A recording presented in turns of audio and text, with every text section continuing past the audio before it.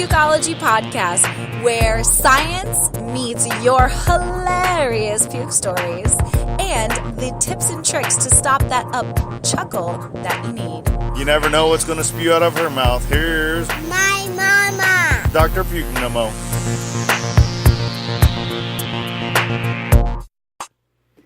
All my pregnant ladies. Thank you for listening and welcome to Heartburn During Pregnancy and Home Remedies for Acid Reflux Pukeology Podcast, Episode 9. Heartburn and morning sickness are not the same. No. So find out what GERD and all of these home remedies for heartburn is actually all about in this episode, Pregnancy Pukeology Podcast 9, Heartburn During Pregnancy and Home Remedies for Acid Reflux. Do you want no more morning sickness or pregnancy nausea?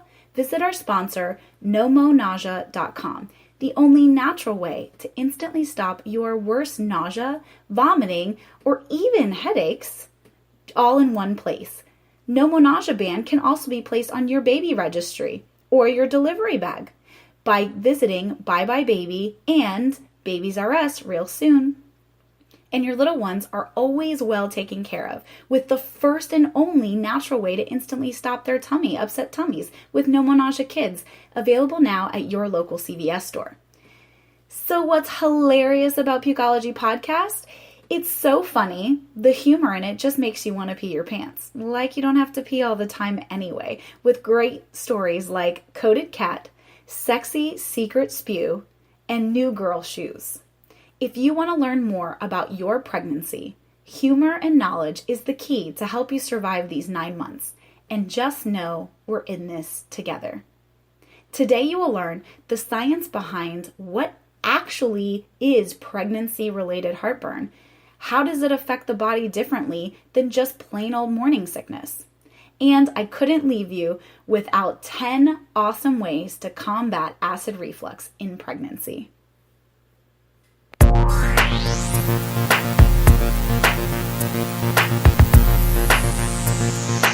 Throwing up on a Tuesday? One puke story. These two are gross but funny puke stories, and they actually come from the exact same listener. If you have a hilarious pregnancy story that you just can't wait to share, send it to me, pukeology@nomonausea.com, or tweet us at pukeology so we can all have a good laugh. Here are two of the worst that I got from Amelia. I'll start off by saying my cat likes to drink out of the toilet. I had a sudden urge to puke, but one day I ran to the bathroom so quickly and I had no idea where the heck my cat was. Well, what do you know? My cat was actually having some water on that very same time frame. I couldn't hold it in anymore, and it just came out all over my cat. Poor kitty. This kitty was definitely a coated cat. Another great story with Amelia was when I was laying down and I told my boyfriend to come over so I could tell him something. In a sweet, seductive manner, all in my head, I literally looked up, gave him those amazing eyes, and just as I leaned in to tell him a secret, I just puked everywhere. Luckily, he jumped back in time, and I wanted to tell him happy anniversary, but all that came out was spew. That's where I get my sexy secret spew story. Thanks again, Amelia 111821, for your hilarious puke story. With my first, it hit unexpectedly and ridiculously forceful. On my first day at a new job, I asked someone where the restroom was. I turned towards the direction they pointed, threw up all over this guy's shoes.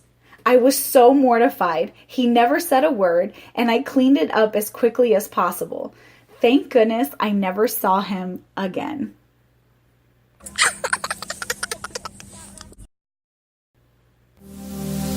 The Science of Puke, Pukeology.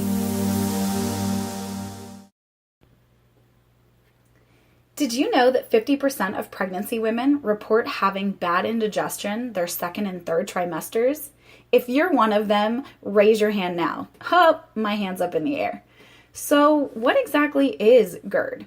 Oh man, here we go with these big words. Gastroesophageal reflux disease, more commonly known as severe heartburn, or if you just take the acronym, it spells out GERD. It's when the stomach acid contents itself come back up through the esophagus, causing a burning sensation in the throat.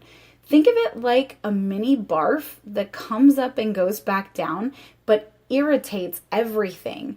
And again, that feeling happens of irritation all the time when you're swallowing, even thereafter. Heartburn is a result of progesterone. Progesterone is that relaxation hormone that we all women end up getting, and we get a lot of it during pregnancy. So think of this relaxation as it relaxes everything. Well, guess what? The sphincters that are on the top and bottom of the stomach are made of muscle.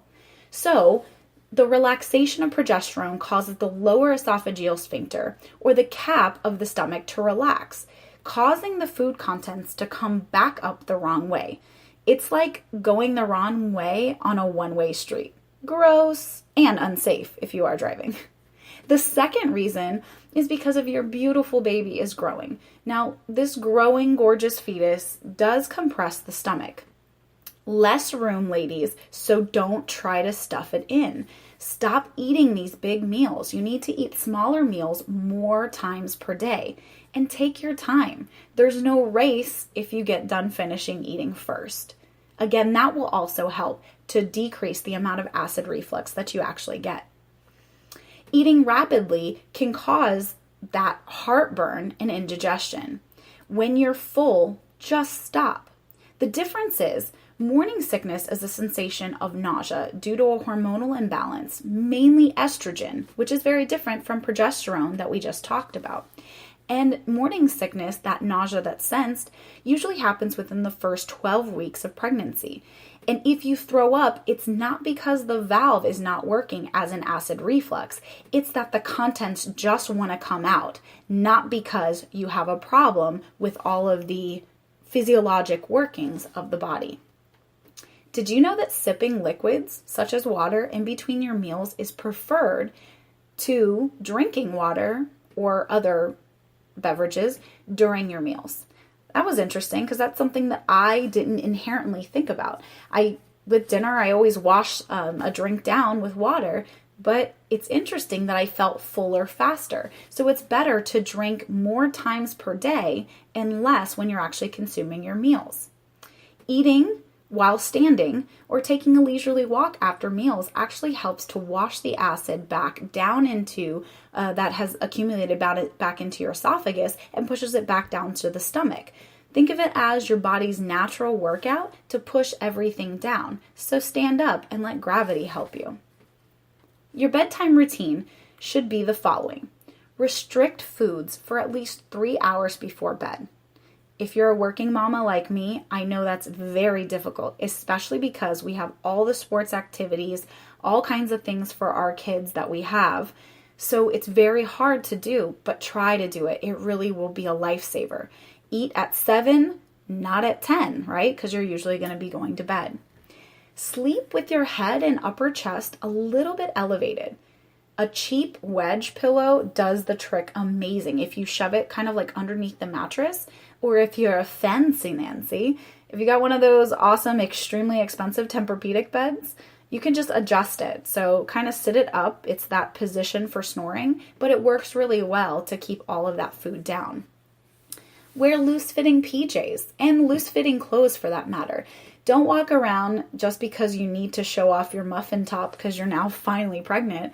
Let them go. Go to the nice stretchy rubber band pants. It will make your life so much nicer and you'll feel better too. And normally, you don't just want to be eating all the time. So try to make sure that you make it a habit or a routine. If that is not something that you're able to do like myself, that I used to work in the operating room. So again, I didn't have the luxury of drinking and sipping. Make sure that you really use those breaks or those morning times to consume most of your food and leave a smaller portion for dinner. But here's the list of what I like to call the indigestion diet. And this works for not just pregnant population, but if your husband has a really bad acid reflux, or if you have a best friend that takes, Pepcid or Prevacid like it's candy, make sure that you let them know. Acid reflux is actually a diet of elimination. Okay. There's nothing that you can necessarily eat that's going to make it better, but there are things you can take out of your diet. So take out all those fatty and greasy foods. I know if you're anything like my baby girl when I was pregnant with her, all I wanted was McDonald's. But man, I paid for it so bad the next hour and few hours later. Take out chocolates, onions, garlic, caffeine, spicy foods, citrus, sodas, tomato-based foods. All of those are extra acids. So in an acidic environment that your stomach is normally already in, now chuck even more acid on top of it, and it can really aggravate everything. And those acids, think of them like those fumes, right? Like those acidic hazardous fumes that you see, for example, in Halloween, where you have those fumigations. Think of that basically going up because the valve is no longer keeping it closed. So it goes up. And number one, it gives you really bad breath. But number two, it burns your esophagus as you go all the way up through and into your mouth. These foods we have found can actually stimulate the production of more acids and can irritate the esophagus like we talked about. Tips and tricks to stop the up-chuckle that you need.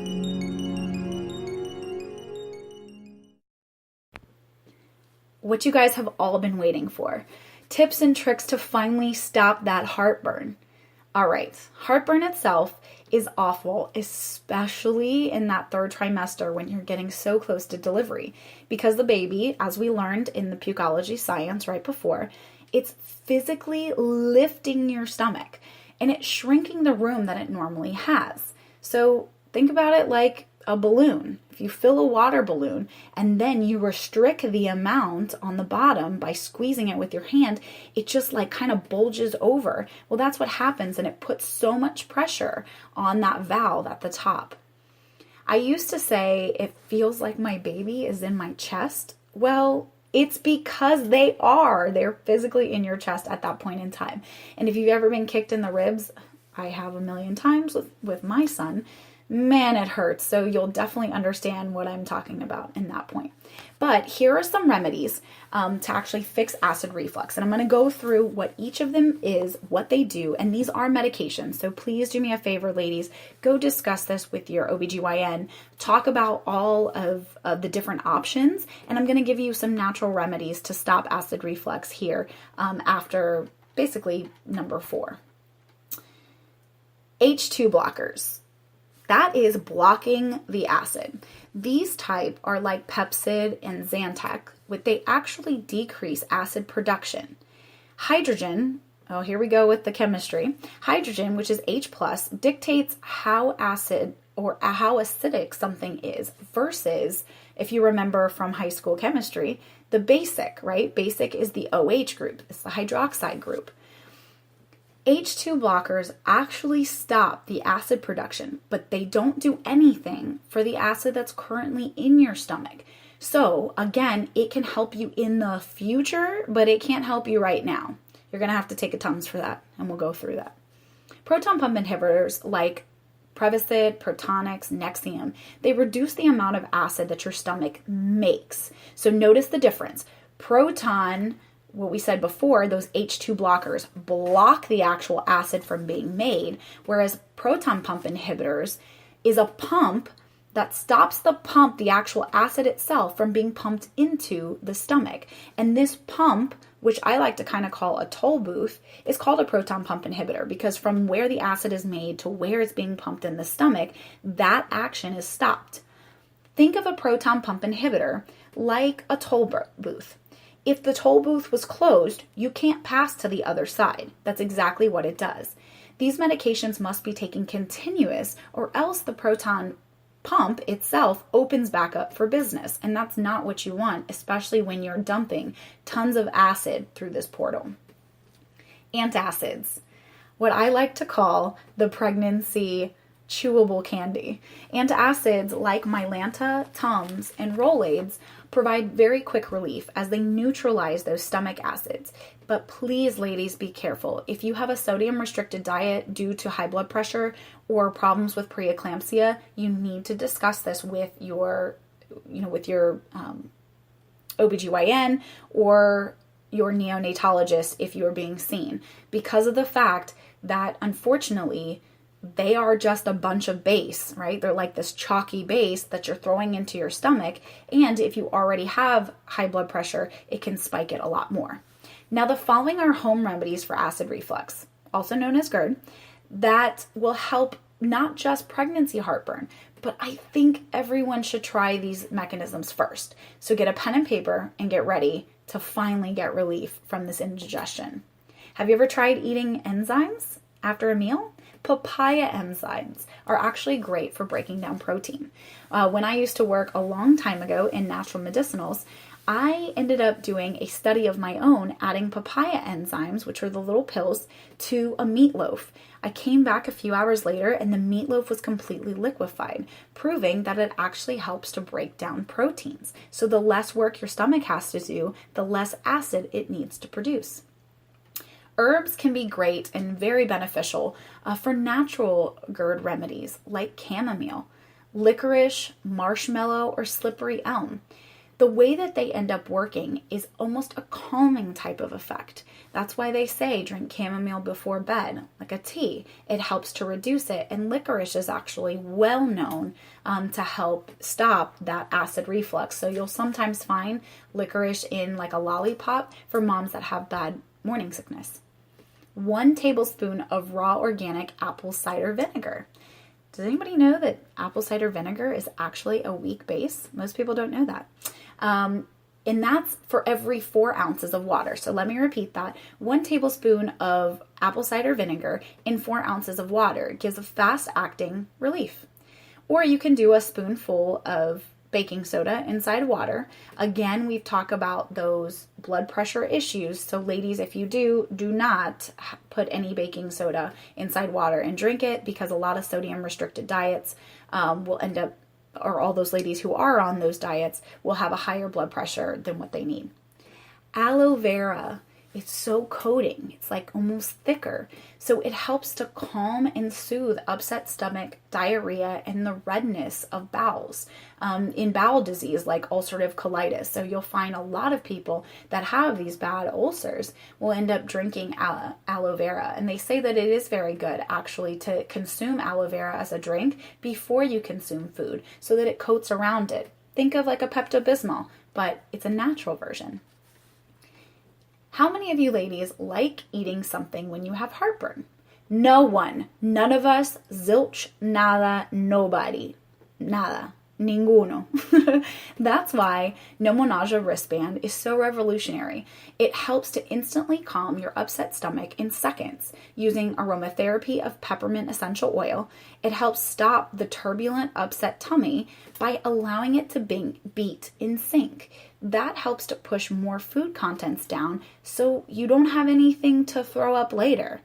And the anti-nausea hormone effects by applying acupressure to the P6 point can actually help you to stop nausea even before you bite into that spicy burrito. Please go visit our sponsors at nomonausea.com or find them at your local retailer, CVS, Bed Bath & Beyond, Bye Bye Baby, and Babies R Us coming really soon.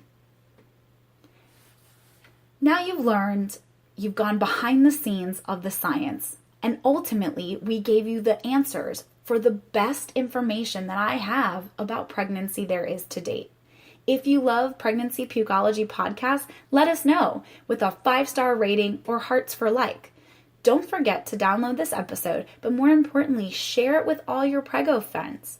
Thanks again, guys, for listening to Pukeology Podcast, episode 9.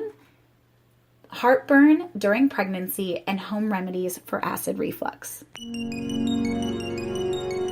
Pukeology Podcast, edutainment at its finest.